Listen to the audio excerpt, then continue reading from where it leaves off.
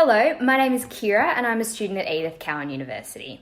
I'm here with Darren from Study Perth today, who is going to answer some questions for us about the state government's International Student Self-Quarantine Fund. My first question is, what is the purpose of the fund? Well, the fund is to support those international students who had to go into self-quarantine when they entered Western Australia, so when they came here between the 20th of January and the 2nd of March. If you're one of these students, there will be an application form that you'll need to fill out, and if you're eligible, you'll receive a $2,000 payment paid into your bank account. The fund is being managed by the Department of Jobs, Tourism, Science and Innovation. When applications open, there'll be a detailed set of guidelines which you should read before you start filling out your application. Everything you need to know is in the guidelines, but today I'm going to give you some background information about why you'll be asked for certain pieces of information. Do students have to spend the money on anything in particular? No, you can actually spend the money on anything you like. You probably had to pay for your self-quarantine payment, so this money is to pay you back for the money you've already spent. How do students know if they're eligible for the $2,000 payment? Well, you're eligible if you meet two criteria. The first one is that you're an international student enrolled in a course here in WA that is 1 month or longer and starts this semester. You can be at secondary school or in higher education, including vocational training, English language, etc.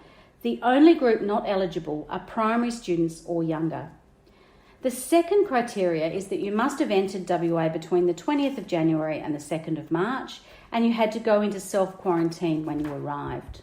If international students arrived in Perth after the 2nd of March and didn't need to quarantine, are they eligible for this payment?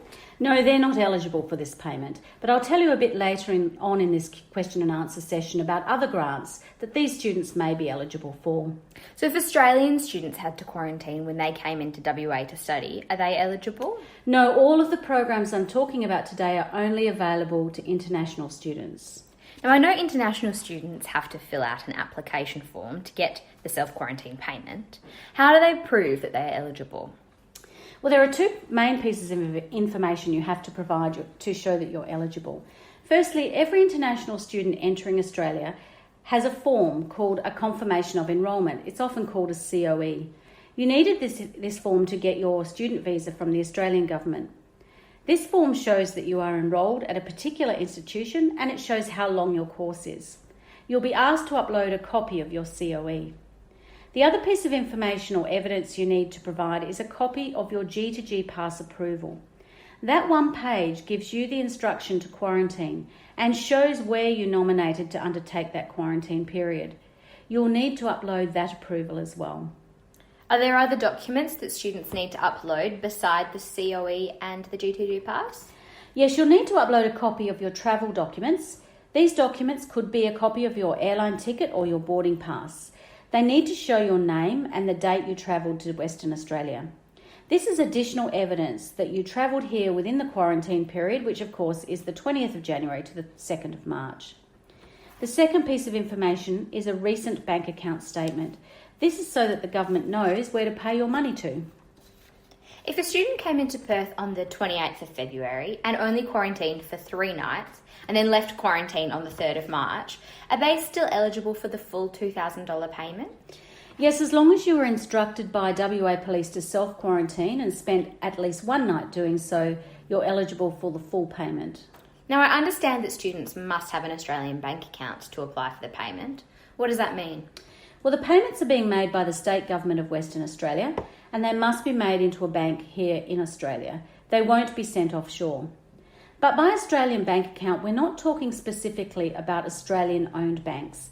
It could be that your existing bank account from your home country operates here in Australia. As long as your bank has an Australian BSB code, which is the code that is used to identify banks and branches here in Australia, this bank would be suitable. I did a quick Google search on Australian BSBs before we sat down today and I got a list of 63 most popular banks operating here in Australia. So if you did the same, you may well find that your bank is on that list. Or you can open an account at one of the many Australian banks around Perth.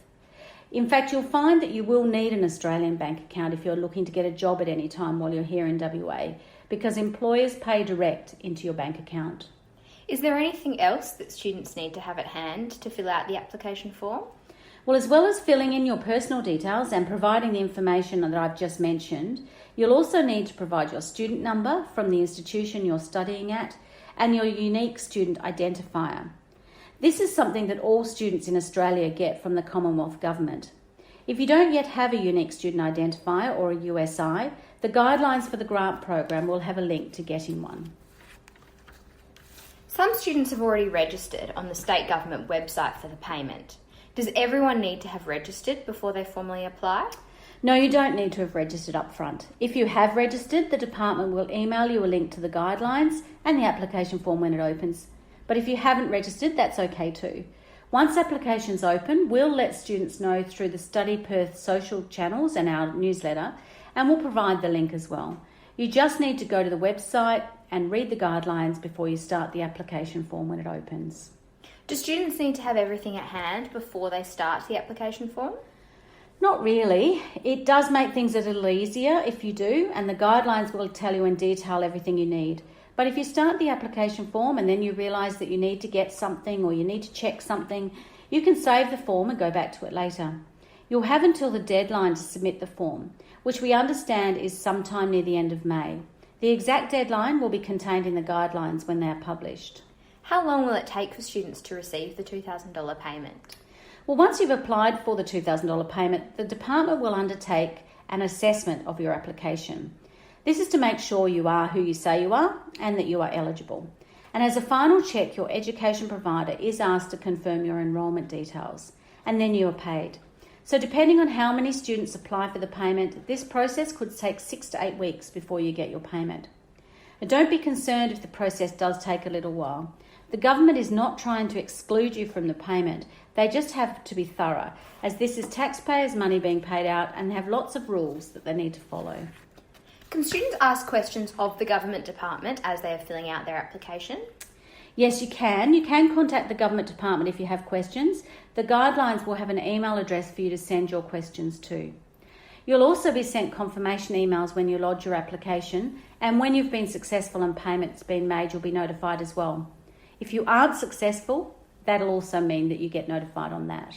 I've heard that there are other payments from the WA government for international students arriving here in WA. What are they? Well, there are 2 other payment programs for international students that will open soon for applications. One is the government's $1,500 accommodation subsidy, and the other is the $1,500 ELICOS bursary.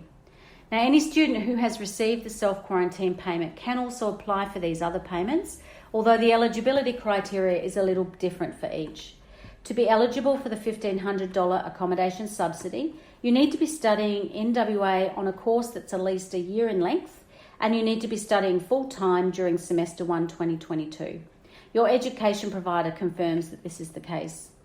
To be eligible for the $1,500 ELICOS bursary, you must be studying an English language course that is 20 weeks or longer, and you have to be 10 weeks into your course before you can get the payment.